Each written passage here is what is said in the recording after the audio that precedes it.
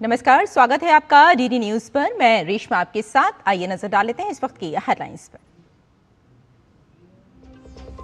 संसद में बजट सत्र की शुरुआत। राष्ट्रपति द्रौपदी मुर्मू ने कहा, सरकार दलितों, वंचितों, पिछड़ों और जनजातियों के कल्याण के लिए पूरी प्रतिबद्धता के साथ कर रही है काम। अपने अभिभाषण में कहा, देश के 95 करोड़ नागरिकों को मिल रहा है सामाजिक सुरक्षा योजनाओं का लाभ।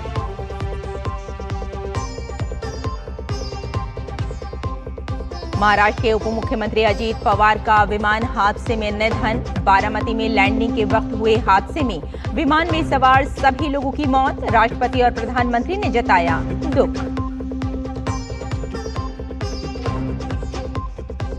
प्रधानमंत्री नरेंद्र मोदी आज नई दिल्ली में एनसीसी पीएम रैली को करेंगे संबोधित। राष्ट्र प्रथम, कर्तव्यनिष्ठ युवा रैली की थीम।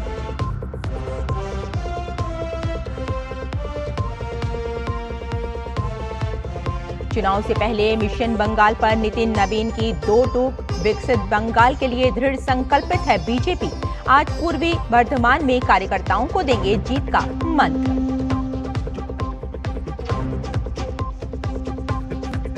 भारत और न्यूजीलैंड के बीच आज विशाखापट्टनम में होगा चौथा T20 मुकाबला। 3 मैचों में जीत की हैट्रिक लगाने वाली टीम इंडिया की नजर क्लीन स्वीप की तरफ बढ़ने की होगी। और अब समाचार विस्तार से। संसद में बजट सत्र की शुरुआत। राष्ट्रपति द्रौपदी मुर्मू ने कहा, सरकार दलितों, वंचितों, पिछड़ों और जनजातियों के कल्याण के लिए पूरी प्रतिबद्धता के साथ काम कर रही है। सरकार ने भगवान बिरसा मुंडा की 150वीं जयंती पर देश ने उन्हें याद किया और आदिवासी समाज के योगदान को भी याद किया। देशवासियों ने श्री गुरु तेग बहादुर जी का 350 शहीद दिवस पर्व पूरी श्रद्धा के साथ मनाया। भगवान बिरसा मुंडा के 150 जन्म जयंती वर्ष के दौरान देश ने उन्हें श्रद्धांजलि दी और आदिवासी समाज के योगदान को याद किया। सरदार पटेल की 150वीं जन्म जयंती से जुड़े आयोजन ने एक भारत श्रेष्ठ भारत के भाव को मजबूत दी। सभी देशवासी इस बात के भी साक्षी बने कि कैसे भारत रत्न भूपेन हजारिका की जन्म शताब्दी के समारोह सूर और देश का एकता के भाव से भर दिया गया है। राष्ट्रपति ने कहा, पिछले एक दशक में 25 करोड़ देशवासी गरीबी रेखा से बाहर निकले हैं। गरीब कल्याण के लिए सरकार ने तेजी से अभियान बढ़ाए हैं। पिछले एक दशक में 25 करोड़ देशवासी गरीबी को हराकर गरीबी से बाहर निकल के सरकार के तीसरे कार्यकाल में गरीबों को सशक्त करने के लिए अभियान और तेजी से आगे बढ़ा है। पिछले एक दशक में गरीबों के 4 करोड़ पक्के घर बने। बीते एक वर्ष में 32 लाख नए घर गरीबों को मिले। जल जीवन मिशन के 5 वर्षों में 12.5 करोड़ नए परिवारों तक पाइप से पानी पहुंचाया गया है। बीते एक वर्ष में करीब 1 करोड़ नए परिवार तक नल से जल की सुविधा पहुंची। उज्ज्वला योजना के माध्यम से अब तक 10 करोड़ से ज्यादा परिवारों को LPG कनेक्शंस मिले हैं और पिछले वर्ष भी ये अभियान तेजी से आगे बढ़ रहा है।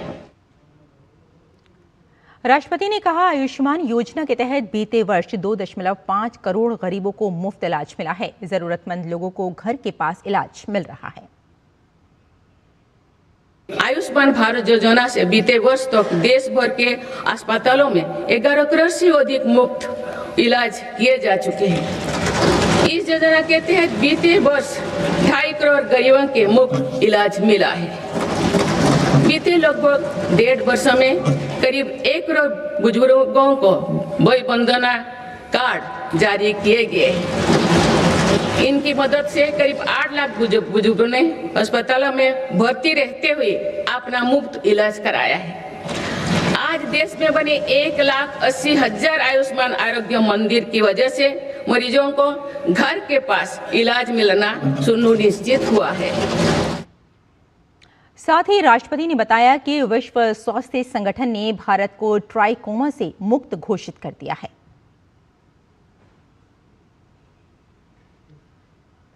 ये गर्व की बात है कि विश्व स्वास्थ्य संगठन में भारत को आंखों का संक्रमण ट्राइकोमा से मुक्त घोषित कर दिया है। मेरी सरकार हर नागरिक को बीमा सुरक्षा देने के लिए भी प्रतिबद्ध है। प्रधानमंत्री जीवन ज्योति बीमा योजना और पीएम सुरक्षा बीमा योजना की इसमें बड़ी भूमिका है। इन योजनाओं से करोड़ों जरूरतमंद नागरिकों को बीमा कवरेज मिला है। इनके तहत 24,000 करोड़ रुपया से अधिक का क्लेम भी दिया गया है। ये योजनाएं संकट के समय करोड़ों गरीबों का संबल बनी है। और आपको बता दें कि थोड़ी ही देर पहले जो खबर आई थी कि हमारे बीच महाराष्ट्र के उप मुख्यमंत्री अजीत पवार नहीं रहे। और पुणे जिले में आज सुबह उनका विमान दुर्घटना में महाराष्ट्र के उप मुख्यमंत्री अजीत पवार और 4 अन्य लोगों का निधन बताया जा रहा है। एक दुखद घटना बताई जा रही है कि अजीत पवार नहीं रहे, विमान हादसे में उनका निधन हो गया है।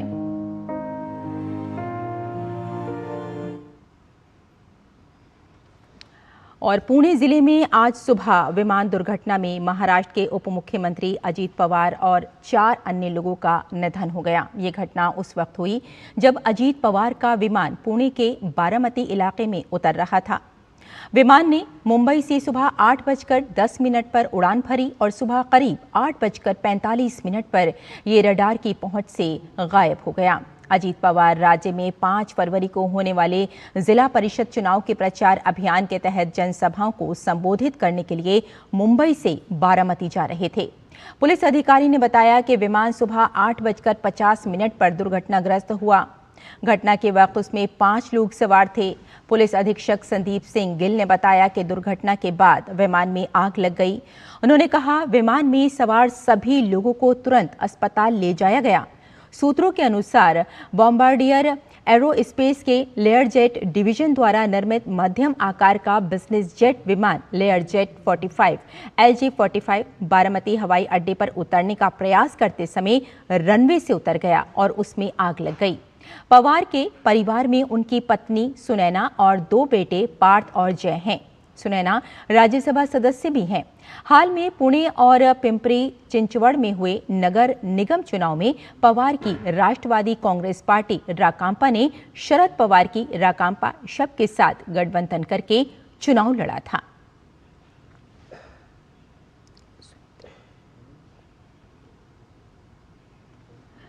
महाराष्ट्र के उप मुख्यमंत्री अजीत पवार निधन पर राष्ट्रपति द्रौपदी मुर्मू ने दुख जताया है। एक्स पर अपने पोस्ट में राष्ट्रपति ने लिखा, महाराष्ट्र के बारामती में एक विमान दुर्घटना में महाराष्ट्र के उप मुख्यमंत्री अजीत पवार समेत कई लोगों की मृत्यु का समाचार अत्यंत दुखद है। अजीत पवार का असामयिक निधन एक अपूर्णीय क्षति है। उन्हें महाराष्ट्र के विकास में, विशेषकर सहकारी क्षेत्र में विशेष योगदान के लिए सदैव याद रखा जाएगा। मैं उनके परिवार, समर्थकों एवं प्रशंसकों के प्रति गहन शोक संवेदना व्यक्त करती हूं। ईश्वर इस दुर्घटना में मारे गए अन्य सभी लोगों के परिवारों को भी इस आघात को सहन करने की शक्ति प्रदान करे। प्रधानमंत्री नरेंद्र मोदी अजीत पवार के निधन पर गहरा शोक उन्होंने व्यक्त किया और एक्स पर लिखा, अजीत पवार जनता के नेता थे जिनका जमीनी स्तर पर मजबूत जुड़ाव था। महाराष्ट्र के लोगों की सेवा करने में सबसे आगे रहने वाले एक मेहनती व्यक्तित्व के तौर पर उनका बहुत सम्मान किया जाता था। प्रशासनिक मामलों की उनकी समझ और गरीबों और वंचितों को सशक्त बनाने का उनका जुनून भी काबिले तारीफ था। उनका असमय निधन बहुत चौंकाने वाला और दुखद है। उनके परिवार और अनगिनत प्रशंसकों के प्रति संवेदनाएं। ओम शांति। महाराष्ट्र के मुख्यमंत्री देवेंद्र फडणवीस ने महाराष्ट्र के डिप्टी सीएम अजीत पवार के निधन पर गहरा दुख व्यक्त किया है। उन्होंने कहा कि अजीत पवार के निधन से पूरे महाराष्ट्र में दुख का माहौल है। उन्होंने कहा कि आज महाराष्ट्र के लिए बहुत दुखद दिन है। महाराष्ट्र के उप मुख्यमंत्री और जमीन से जुड़े हुए जननेता श्रीमान अजीत दादा पवार, इनका एक विमान के एक्सीडेंट में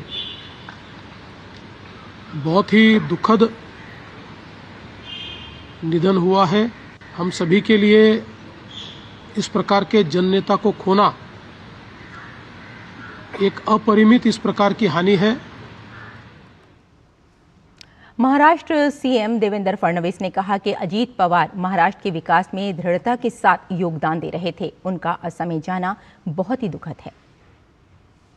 ऐसे समय उनका निकल जाना, मैं ऐसा मानता हूं कि इसके लिए हमारे पास कोई शब्द भी नहीं है और उनके परिवार पर और उनका जो बृहद परिवार है राष्ट्रवादी कांग्रेस पार्टी, उसके पदाधिकारी कार्यकर्ताओं पर ये जो दुख आया है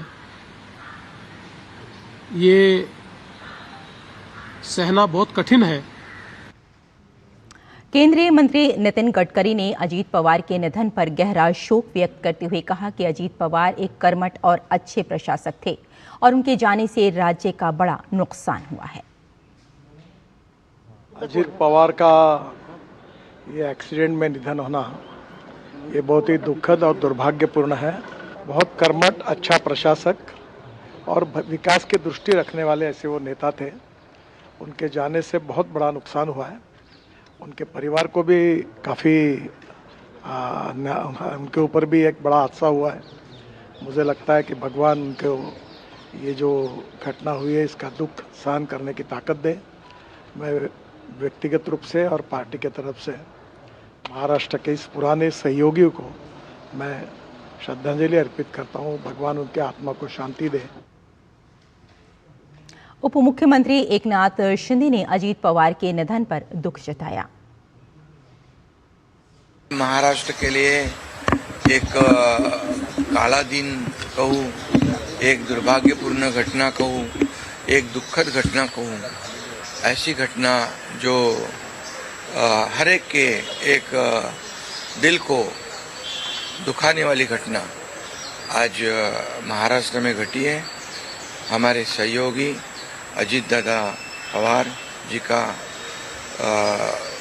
प्लेन एक्सीडेंट में दुर्दैवी मृत्यु हुई है।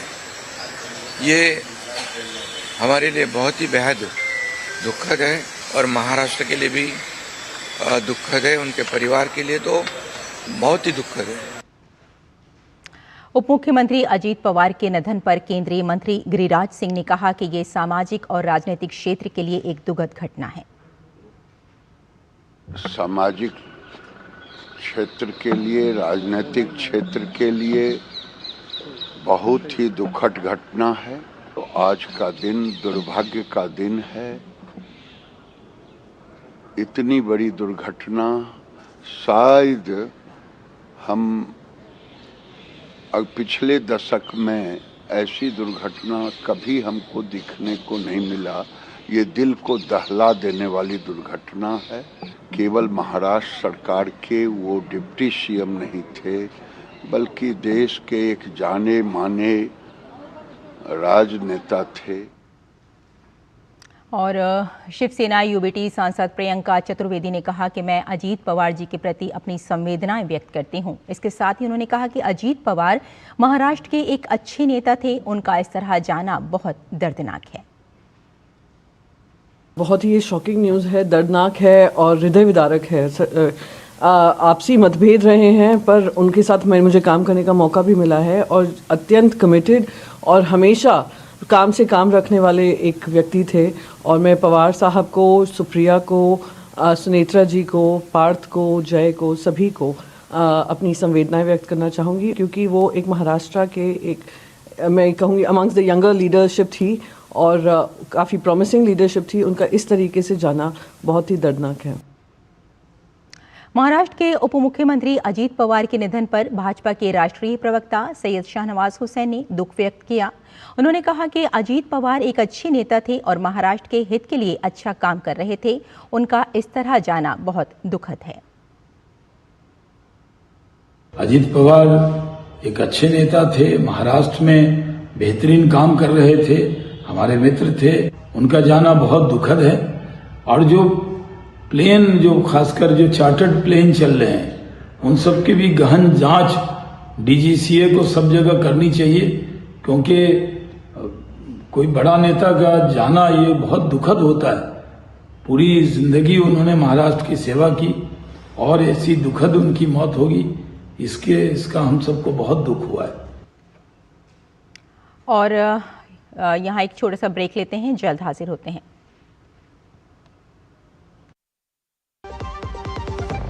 कुछ पल नहीं दिशा दिखाए, मंजिल नहीं फिर दूर, जब कुछ पल साथ बिताए। तुम्हारे साथ बिताए हुए पल मेरे साथ रहेंगे जिंदगी भर। LIC से मिले बीमे की रकम ने ही मेरे नए काम की शुरुआत को मुमकिन बनाया। कुछ पल का साथ बन जाता है जिंदगी भर का साथ। LIC हर पल आपके साथ। जब धरती चीर कर निकलता है लोहे का पत्थर और मिलता है मोंगिया के जोश से, फिर तपता है, पिघलता है और बनता है फौलाद। अब होता है सरिया सारी खूबियों के साथ। मोंगिया स्टील, मजबूत देश का मजबूत सरिया। टिंग टिंग, अम्मा मैसेज।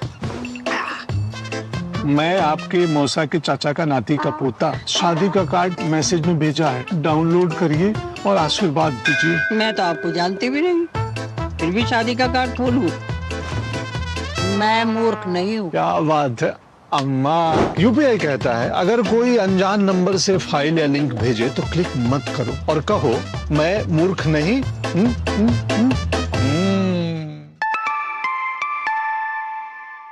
जाइए आप भी किसी का टेस्ट लीजिए। ब्रेक के बाद आपका एक बार फिर स्वागत। और आपको एक बार फिर बता दें कि महाराष्ट्र के उप मुख्यमंत्री अजीत पवार का विमान हादसे में निधन हो गया है। और इसी खबर पर मुंबई से हमारे साथ इस वक्त फोन पर जुड़ गए हैं हमारे संवाददाता शिशिर सेलार। शिशिर, जैसा कि हम देख रहे हैं कि महाराष्ट्र के उप मुख्यमंत्री अजीत पवार का एक प्लेन हादसे में निधन हो गया है। बहुत बड़ा एक कहा जा सकता है कि महाराष्ट्र के लिए एक दुखद समाचार है। जी बिल्कुल, देखिए आज सुबह अजीत पवार जो है मुंबई से निकले थे एक प्राइवेट जेट में, चूंकि बारामती में उनके कुछ सार्वजनिक कार्यक्रम थे उनको अटेंड करने के लिए। उनके साथ कुछ लोग भी मौजूद थे।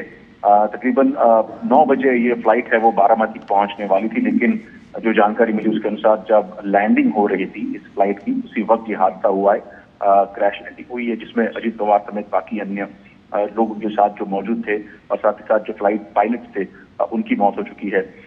हालांकि इस वक्त जैसे ही घटना घटी उसके बाद हमने देखा कि वहां पे जो लोग मौजूद थे जो कि रिसीव करने आए थे अजीत पवार को, जो प्रत्यक्षदर्शी थे, उन्होंने ये कहा कि जो ये क्रैश लैंडिंग है ये एक्चुअली जो एयर स्ट्रिप होती है उसके ऊपर ना होते हुए जो है ये हादसा जो एयर स्ट्रिप के बगल में हुआ है।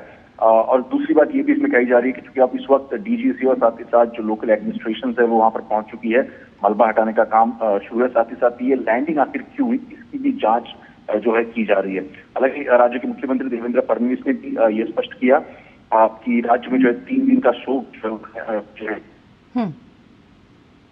शिशिर, जिस तरह से आपने बताया कि DGCA और एयरपोर्ट अथॉरिटी की आपने बात की कि वहाँ सब लोग पहुँच चुके हैं, तो क्या अगर हम लोकल प्रशासन की बात करें और DGCA की बात करें तो क्या कोई उनकी तरफ से कोई स्टेटमेंट आया है?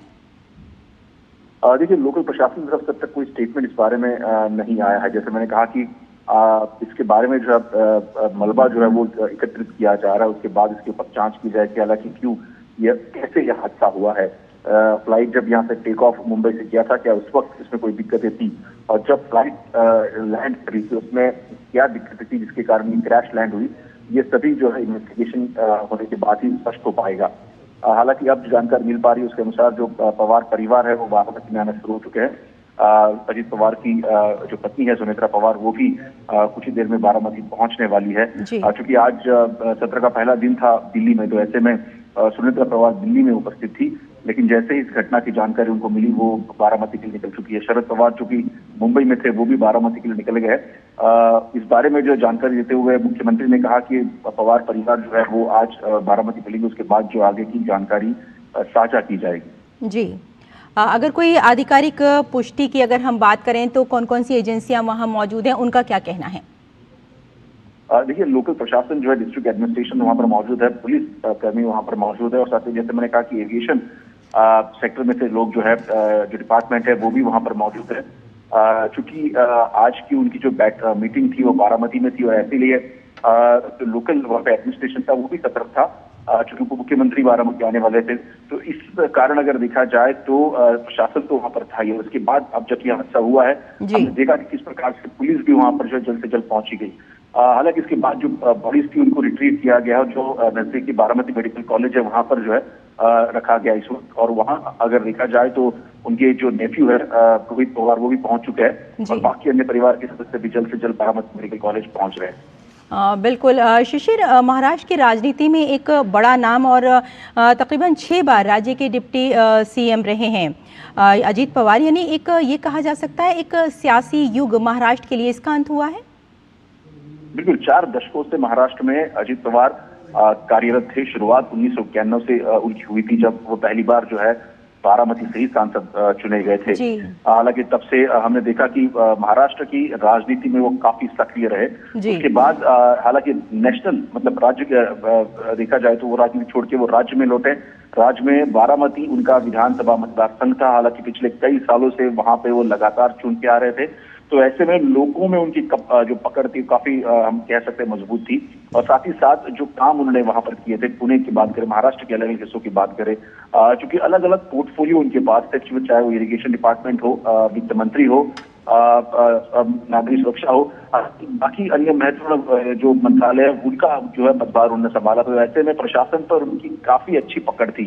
और इसी का नतीजा हम देख पा रहे थे कि पिछले कुछ सालों से लगातार, जबकि वो वित्त मंत्री भी थे सरकार में, तो ऐसे में किस प्रकार से एक सरकार का वित्तीय नियोजन बरकरार रखा जाए उस पर उनका काफी ज्यादा ध्यान था। और साथ ही साथ जो लोक कल्याणकारी योजना है उनको किस प्रकार से लोगों के सामने पहुंचाया जाए इस पर भी वो ध्यान दे रहे। तो एक हम कह सकते हैं कि उत्तम प्रशासक थे, राजनेता जरूर थे, लेकिन एक राजनीति की समझ के साथ साथ किस प्रकार से शासन चलाने की जरूरत होती है उस पर उनकी काफी अच्छी पकड़ थी। और इसीलिए पिछले 4 दशकों से देखा कि चाहे महाराष्ट्र की राजनीति में एक अनूठी छाप अजीत पवार ने छोड़ी थी।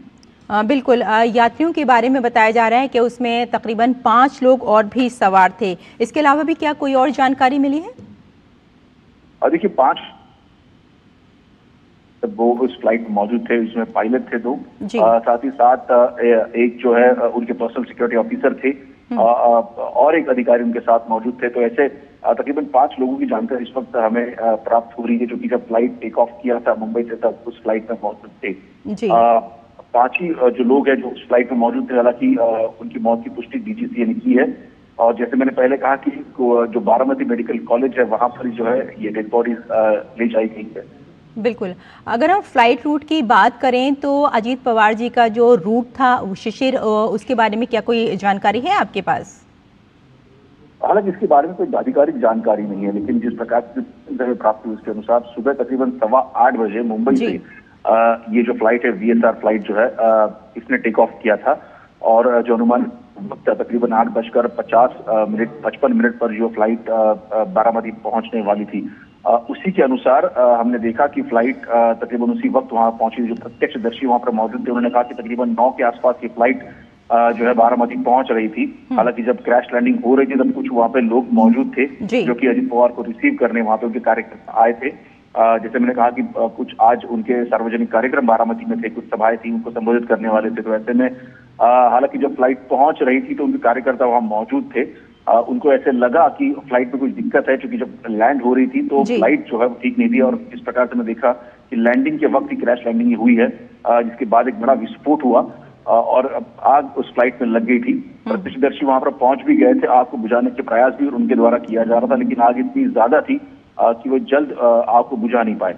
जी बिल्कुल, यानी ये कहा जा सकता है कि एक महाराष्ट्र की जो एक लंबे युग का अंत हुआ है, सियासी युग का, उसके लिए वाकई एक बड़ा ही दुखद दिन है। बहुत बहुत शुक्रिया शिशिर हमारे साथ जुड़ने के लिए और इस तमाम जानकारी के लिए। यानी ये आपको एक बार फिर बता दें कि महाराष्ट्र की राजनीति में एक बड़ा नाम था और यकीनन ये कहा जा सकता है कि जो सियासी तौर पर उनकी जो एक ज़िंदगी थी, जो उन्होंने काम किया है सियासी उसमें, तो वाकई उसमें उसके लिए एक बहुत ही बड़ा दुखद दिन है। और 6 बार राज्य के डिप्टी सीएम रहे हैं अजीत पवार और कुल मिलाकर एक सियासी युग का अंत बताया जा रहा है महाराष्ट्र के लिए।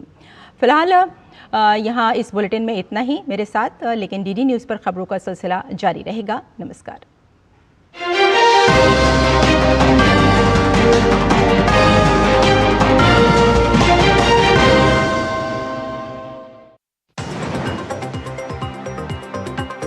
महाराष्ट्र के